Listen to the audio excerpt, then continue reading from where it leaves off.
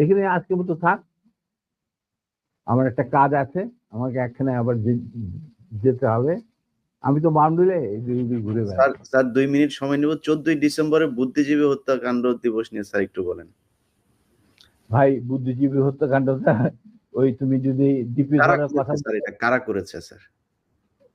দীপিধরের কথাটা যদি তুমি শুনে থাকো ভালোভাবে, আর শ্রোতারা যদি শুনে থাকে, সেটা তো পরিষ্কার ইঙ্গিত থাকে যে তারাই সবকিছু করে দেবে, আমাদের কাজ দরকার নাই।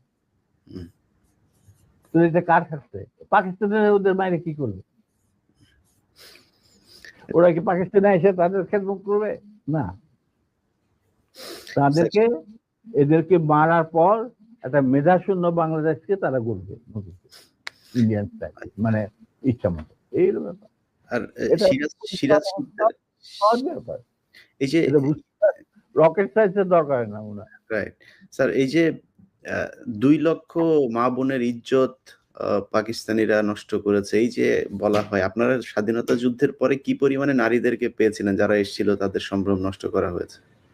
আমি তো মাত্র 2 জন নারী চিনি, আর কি বলি। আমরা তো দেখি না, আমরা তো সারা বাংলাদেশে, আমি যদি হবে না, কারণ তাদের ইচ্ছা আমি কেন ভুলভুল করতে যাবো? আমি তাদেরকে এক্সপোজ করলাম, কিন্তু আমি 2 জন নারী, এবং তাদেরকে আমরা সাহায্য করছি যতটুকু সম্ভব। রাইট।